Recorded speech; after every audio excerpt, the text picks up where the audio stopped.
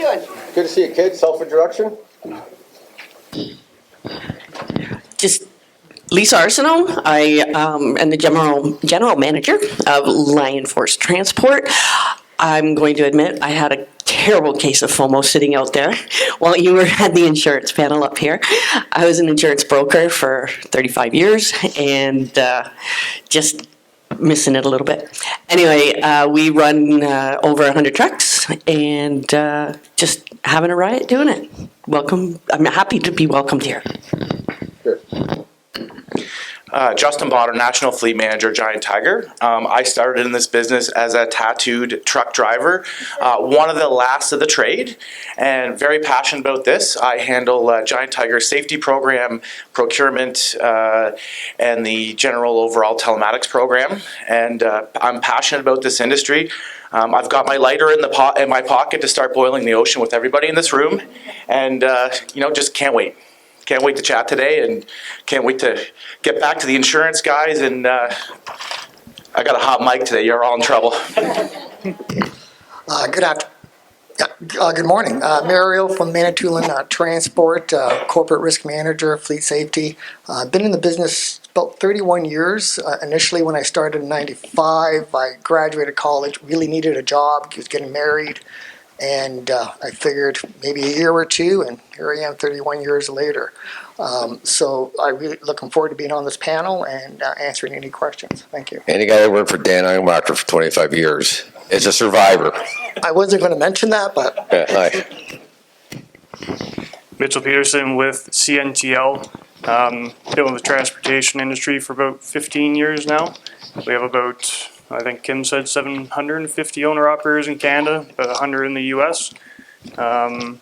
And we thought this was a really great organization to get behind because we're seeing same things everyone else is out there on the roads. So we're hoping to help push it forward as well. Awesome, thanks. Lisa, I'll start with you, okay? And by the way, I'll start, Lisa, and just pipe up every question. I'm not going to pick you out, okay? So, Lisa, quick question. What impact would Red Seal have on your fleet? On my fleet? I know. I'm not asking what's on here. I'm tricking y'all. Sorry. Safer roads, safer drivers, and credibility, quite frankly.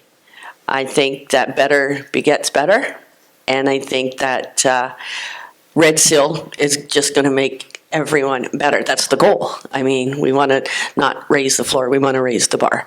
And in 5 years, I'd like to see our advertisement for drivers where it says Red Seal drivers need only apply. Do you think it would make your fleet more competitive? Well, of course, of course. Having said that, we're there in competition already, and we're there, fighting for lanes and whatnot. But the past safety issues, or awards, if you want to put it that way, have really garnered us the attention that is actually allowing us to win. So bring in more safety, we'll win more. Justin? And this is interesting to me because you're a private fleet, so it's a little different perspective, so I'm very interested in that. So, I mean, one of the fortunate things of being insulated in private fleet is that, and from my passion in this business, we get to do the things ahead of what's happening. And that means being leaders, that means taking the initiative, that means doing what's right, and also that means doing what we say we're going to do. And I think in the future, to what Lisa said, Red Seal drivers only need apply. And then on the other end, as an operator, what are we going to do to invest in this future generation coming into the business? At one time, I was the future generation of truck driver, and still pretty greenhorned as a leader. But how are we going to build the individuals to come into the business, and let's train them to do it the right way? And that's the most important thing to me, and that's very important to our fleet. And that's the culture, and change teams or wherever I am in this business, that is my motto personally. And wherever we go in fleets, we're going to lead that way, and that's what needs to happen. Mario? The Red Seal, the impact of the Canadian truck industry, I think it all starts on how it's kicked off, right? And how it's introduced, how it's educated, and it really needs to be a a partnership with transport, with shippers, with government, with insurance to make that happen. Positive, it'll be a positive thing for safety, but as well as operationally, you'll see drivers being better educated on fuel economy, trip planning, and all that. So there's a lot of positive. Primarily, it is the safety side of things as well. So there's a lot of benefits there. But there's going to be some challenges with the national, with provinces getting on board, agreeing to that. And then with the voluntary versus mandatory, there's going to be some challenges. Go ahead, Justin, please. Sorry, go ahead. I think CNTL in itself is a bit of a unicorn amongst the panelists here. You know, we are a pure owner-operator model, but our owner-operators in Canada are also unionized. So there is an enhanced level of communication and cooperation to have there. But I think overall, it's something that overall benefits the industry. It's not just, you know, individual carriers. And we have, I believe, a safety culture that people want to be better. They don't just show up, and being an owner-operator model, there is already a level of investment there. We all know trucks are not cheap nowadays. So you're already investing in purchasing a, you know, multi-$100,000 asset if you're buying new.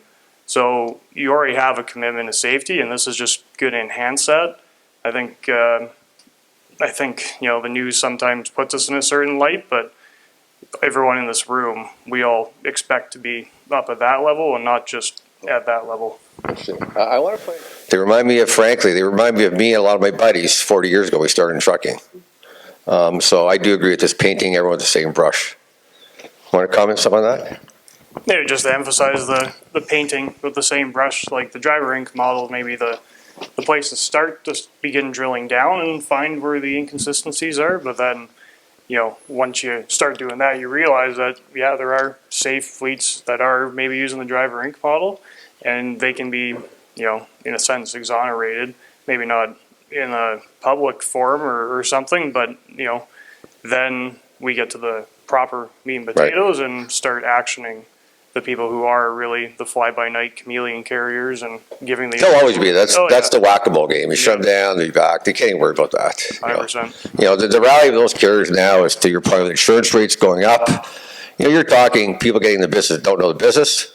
They're undercapitalized. I said they're undercapitalized. They factor. They have operating leases. Like, it's... How come the United States can move so much faster than us? Like, if you look at... I see that Humboldt, and you know, we all go back to Humboldt, and you know, not a lot has changed since Humboldt. You look at the United States, and I think their pivotal Humboldt moment was when the driver did the U-turn in California. The car went under. You never heard about commercial drivers in the States. You never heard about sham schools. In 6 months, the capacity, like I see it in our supply and demand and our pricing to move freight. How can we have, I think, a more serious problem here? How come they're moving so much faster than we can? Why can't we move that fast? And I guess I can see a good answer coming out from, what's your name again, pal? My name is Tim. So Terrible here's Tim. what it comes down to. It's where I started. Money. It's money. If you look at even they're probably able to action enforcement. Money or votes?